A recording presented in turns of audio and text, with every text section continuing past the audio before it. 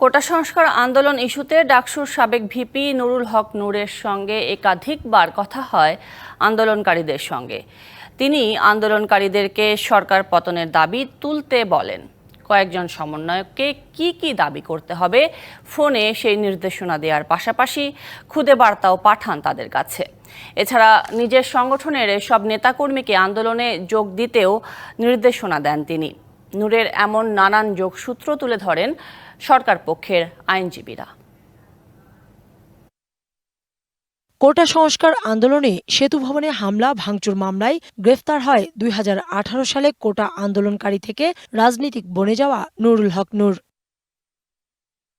গ্রেফতারের পর 5 দিনের রিমান্ড শেষে শুক্রবার আদালতে হাজির করা হয় নূরকে। আদালতকে জানানো হয় কোটা আন্দোলনকে সহিংসতার অন্যতম ইন্ধনদাতা নূর। গেল 5 জুন কোটা নিয়ে আদালতের রায়ের পর থেকেই সে তার ঘনিষ্ঠ নাহিদ ইসলাম, হাসনাত আবদুল্লাহ, সার্জিস আলম, আসিফ মাহমুদ, আক্তার হোসেন এবং আহনাফদের সাথে যোগাযোগ শুরু করেন। গেল 18 জুলাই রাত 10টায় নাহিদ ইসলাম এবং সার্জিস আলমের সাথে মোবাইল ফোনে এবং মেসেজে কোটা সংস্কার ইস্যুতে বর্তমান সরকারকে উৎখাত আন্দোলনের পরামর্শ দেন নূর। 17 তারিখে এবং 19 তারিখে 2 দিন তার সঙ্গে যোগাযোগ হয়েছে সমন্বয়কদের, এবং তিনি তাদের যে বক্তব্য স্টেটমেন্ট সেটা তিনি লিখে দিয়েছেন, এরকম পুলিশি ফরওয়ার্ডিংয়ে আমরা দেখতে পেয়েছি।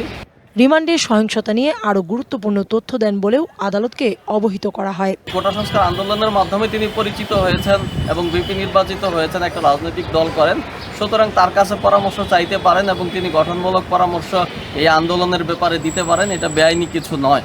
সেতু ভবনে হামলা মামলায় বলা হয়, গেল 18 জুলাই বিকালে অজ্ঞাতনামা 250 থেকে 300 জন দেশীয় অস্ত্র লাঠিসোঁটা নিয়ে সেতু ভবনের সামনে এসে বিভিন্ন সরকার বিরোধী স্লোগান দিতে থাকে। পরে সেখানে ব্যাপক ভাঙচুর, লুটপাট করা হয়, পুড়িয়ে দেওয়া হয় ভবনে থাকা বিভিন্ন গুরুত্বপূর্ণ নথি।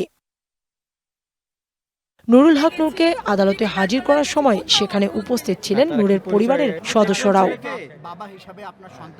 কাউসার চৌধুরী কুমু, ডিবিসি নিউজ, ঢাকা।